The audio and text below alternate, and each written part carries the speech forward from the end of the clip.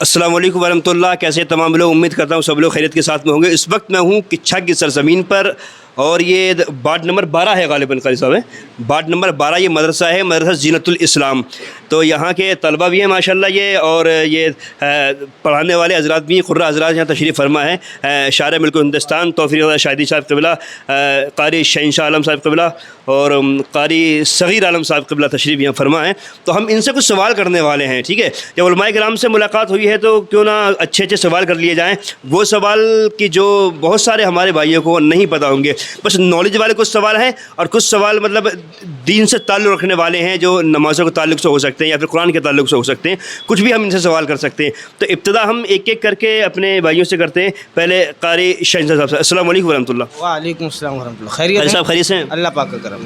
قاری صاحب ہم آپ سے سوال کرتے ہیں، ایک بس کوشش کریں آپ جواب دینے کی. ٹھیک ہے، سب سے پہلا سوال تو ہمارا یہ اب یہ بتائیے تھے یوسف علیہ السلام، ان کی جو والدہ ہیں ان کا نام کیا تھا؟ اچھا راہیل. جی راہیل. قاری صاحب سے میں نے سوال کیا ہے ان کی والدہ کا نام کیا ہے، تو انہوں نے راہیل بتایا. کیا کہیں گے آپ؟ صحیح بتایا؟ جی صحیح ہے، راہیل. ماشاءاللہ، ہاں بالکل ٹھیک ہے. راہیل حضرت یوسف علیہ السلام کی والدہ کا نام تھا.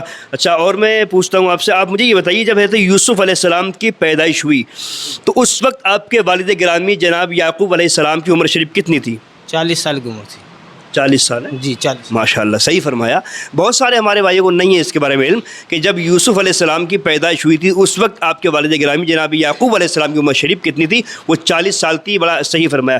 اچھا، میں جناب شاعر ہندوستان توفیق رضا شاہدی صاحب سے میں کچھ سوال کرتا ہوں.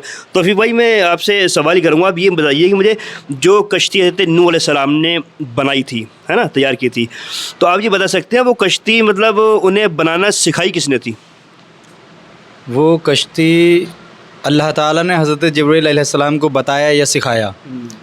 حضرت جبرائیل علیہ السلام حضرت نوح علیہ السلام کے پاس میں آئے تو حضرت جبرائیل علیہ السلام نے حضرت نوح علیہ السلام کو بتایا یا سکھایا، تب کشتی تیار کی گئی تھی. ماشاءاللہ صحیح فرمایا تھی. اللہ رب العزت نے جبریل علیہ السلام کو حکم دیا کہ جاؤ میرے حکم سے نوح علیہ السلام کے پاس میں اور ان کو بتاؤ کشتی کس طریقے سے بنائی جاتی ہے. تو اللہ کے حکم سے جبریل علیہ السلام آئے نوح علیہ السلام کے پاس میں، تب انہوں نے بتایا، پھر وہ کشتی تیار کی گئی تھی. اچھا، میں ایک سوال اور کروں آپ سے. آپ یہ بتائیں مجھے کہ مطلب وہ کشتی تیار کتنے عرصے میں ہوئی تھی؟ وہ جی 2 سال میں. 2 سال میں. بہت سارے علماء کا اس میں اتفاق ہے. زیادہ تر علماء اکرام فرماتے ہیں کہ 2 سال میں، باقی کوئی 100 سال میں یا 50 سال میں، 20 سال میں، لیکن زیادہ تر جو علماء اکرام کا اتفاق ہے وہ 2 سال کا ہے. یہ صحیح فرمایا حضرت نے کہ مطلب وہ کشتی 2 سال میں تیار ہوئی تھی، لیکن کچھ علماء کرام فرماتے ہیں صاحب 100 سال میں تیار ہوئی تھی، کچھ فرماتے ہیں 40 سال میں. الگ الگ مطلب علماء کرام نے فرمایا ہے، لیکن زیادہ تر جو علماء کرام کا اتفاق ہے وہ 2 سال پہ ہے کہ 2 سال میں مطلب وہ کشتی تیار ہوئی تھی. اچھا توفیق بھائی، میں کچھ کشتی کے تعلق سے آپ سے اور پوچھوں. آپ یہ بتا سکتے ہیں اگر آپ کو علم ہو کہ اس کشتی کے اندر جو تختے لگے ہوئے تھے وہ تختے کتنے تھے؟ وہ میں نے دیکھا ایک جگہ، اس میں تختے تھے 1,24,000 4 تختے. 1,24,000 4 تختے. ان تختوں کے بارے میں کچھ اور جانکاری ہے آپ کو؟ جی، ان تختوں کے بارے میں جانکاری ہے. 1,24,000 جو تختے تھے، حضرت جبرائیل علیہ السلام حضرت نوح علیہ السلام کو نام بتاتے جاتے تھے. آپ تختوں پہ نبیوں کے نام لکھتے جاتے تھے. اچھا، دیکھیے ہر تختے پر ایک نبی کا نام. ماشاءاللہ. تو 1,24,000 تختوں پر 1,24,000 نبیوں کا نام لکھا گیا. اچھا، 4 تختے جو بچے تھے؟ 4 تختے جی خلفائے راشدین کا نام. جی، خلفائے راشدین کا نام کس کس کا؟ حضرت ابوبکر صدیق، حضرت عمر فاروق اعظم، حضرت مولا علی، حضرت عثمان غنی. عثمان غنی. ماشاءاللہ، دیکھیے صحیح فرمایا کہ 1,24,000 4 تختے اس کشتی کے اندر تھے.